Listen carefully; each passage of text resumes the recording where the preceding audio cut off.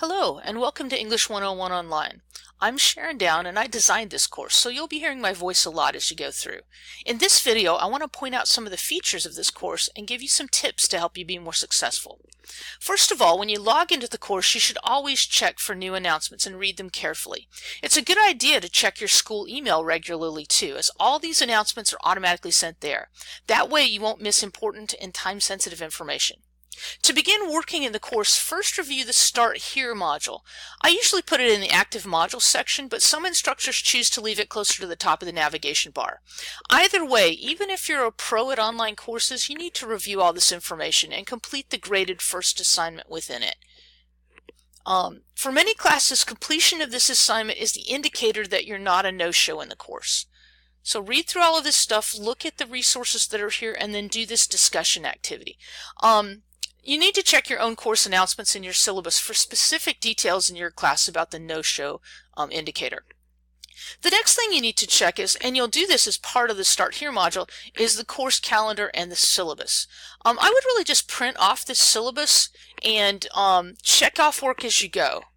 So you come in here and click on it, and at least print the last few pages of this so that you understand how the information is laid out and when things are due. I would also plug these dates into some kind of a calendar app for yourself or some other reminders or a calendar so you don't miss the important due dates.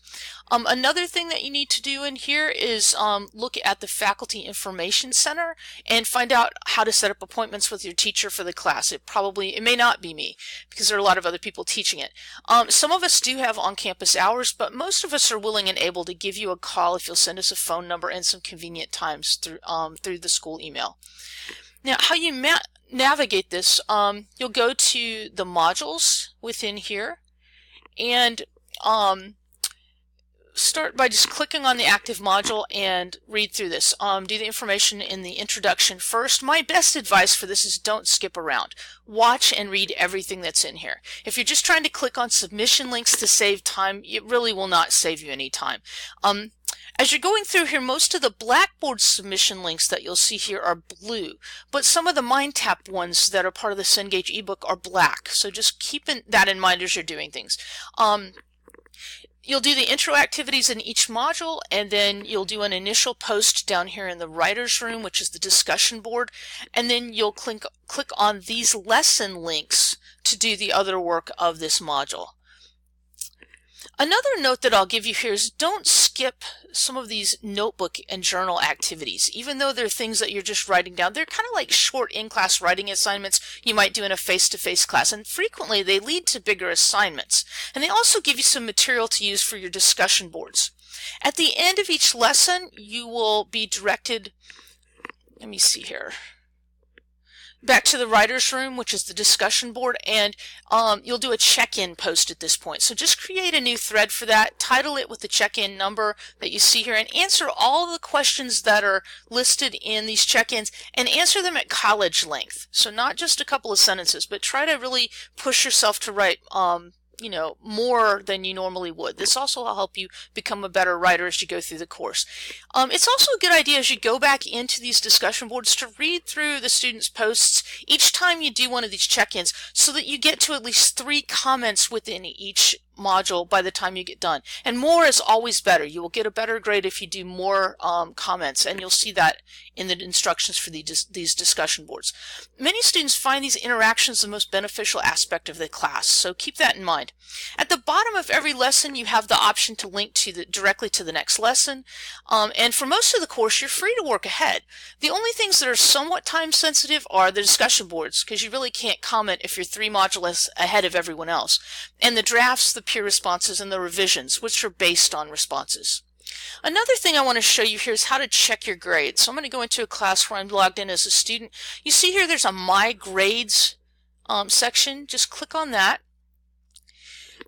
And remember too, as you're going through this, that this course is designed as a weighted average course. It's not based on total points.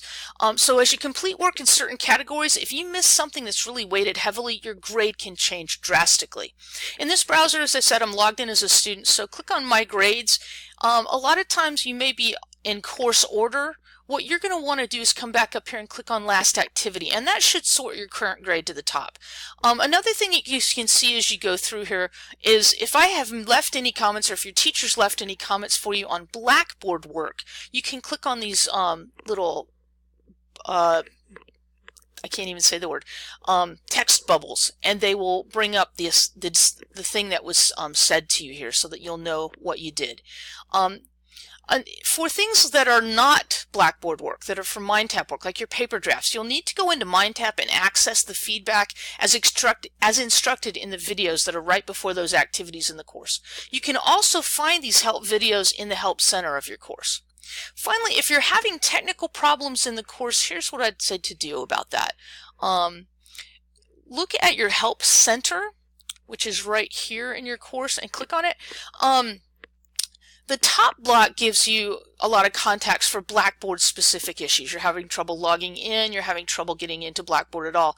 The Cengage folder that's below it gives you a lot of information about your ebook and your MindTap things. If you're having problems on that side of the course, this is really where I would go.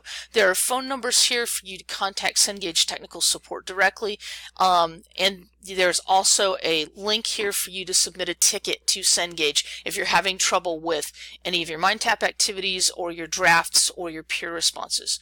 There's also some demo videos down in the Help Center.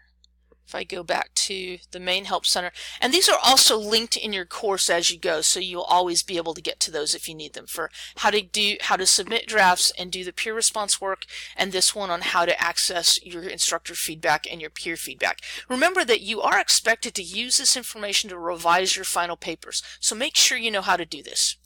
Here's my last bit of advice for you. Do a little bit of work in this course every day. If you do, you'll find even very accelerated versions of this course are manageable and maybe even enjoyable. Waiting until the day a module is due and trying to power through it then, that way lies madness. Just don't go there. I hope this information has been helpful to you, and as always, feel free to reach out to your instructor at any time with questions or concerns. We're here to help. Thanks very much for watching.